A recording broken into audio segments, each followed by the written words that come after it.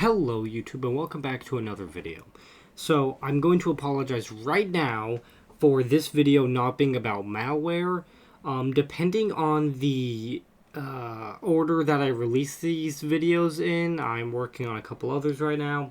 I don't know if this one's going to be out before my next malware one. I don't know if this other malware one is going to be out. I really don't know at the time of this recording.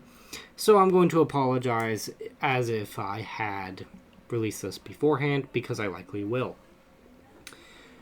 So, anyways, today we're going to be hacking the game Ocular Deprivation by Border Destroyer. Great guy, highly recommend him. I'm going to leave some of his socials down in the description of this video. You're going to need just two things to hack this game: a copy of the game from Steam and DNSpy. It is very straightforward, and I'm going to walk you through it all. So first, let's load up the game itself, and I'm going to kind of skip through so you can see what exactly it is that we're going to be bypassing. Okay, so this is effectively how the game looks normally.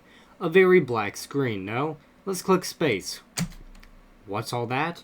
Well, basically in this game, you are blind and you are in the void, where there is absolutely zero light except for what is produced whenever you take a step, stomp, crouch walk, or sprint. And the color of the bubbles, balls, things around you actually signify on what kind of object it is. So now, here is what exactly we're going to be bypassing. Walking forward, we can see there is an enemy up here. We are supposed to crouch around this guy.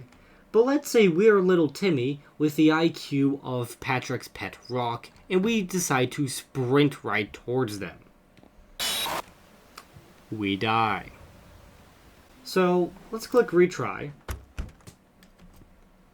And it brings us back here right before it. Let's see if we can fix that.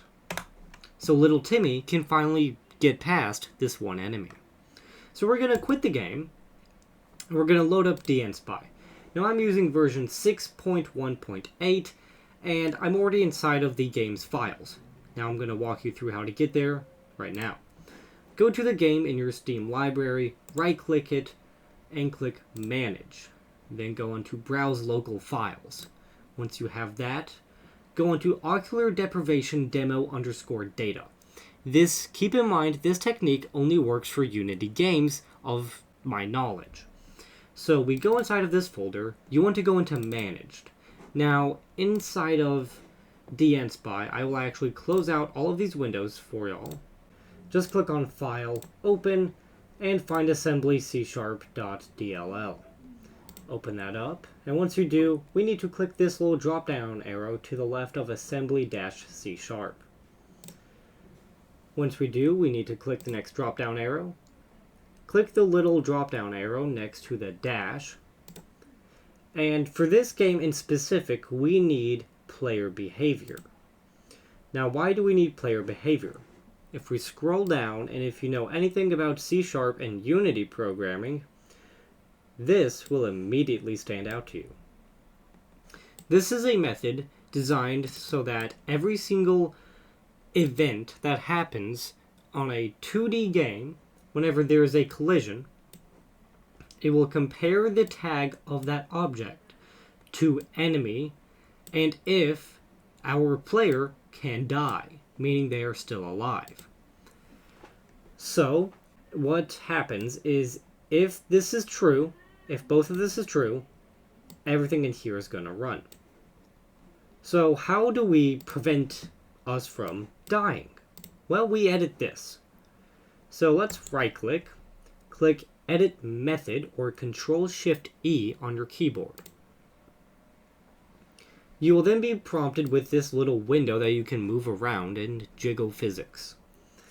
So, I would highly suggest keeping the If Player Collision Enemy tag, just because it makes it easier to understand, and it also won't directly affect the performance of the game whenever we have any kind of collision.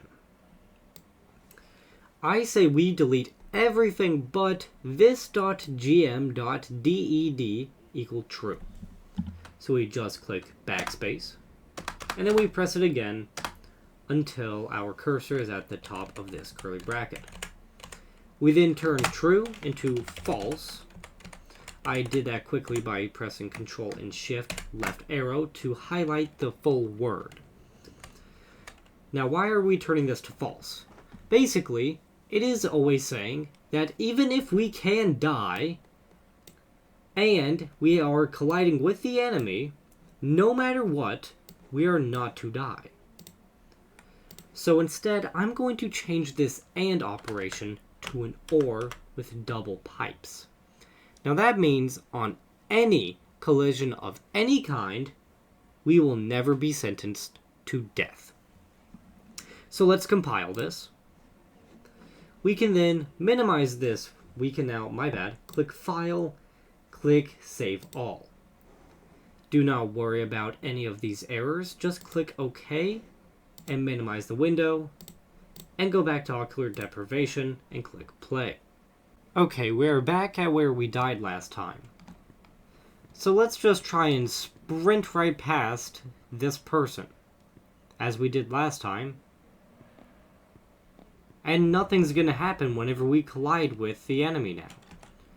We can simply go through the door and continue playing the game as if there is no issues at all.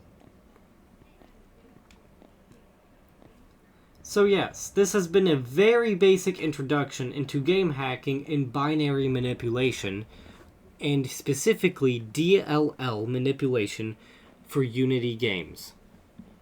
I hope you have a good rest of your day, stay safe online, and stay out of jail.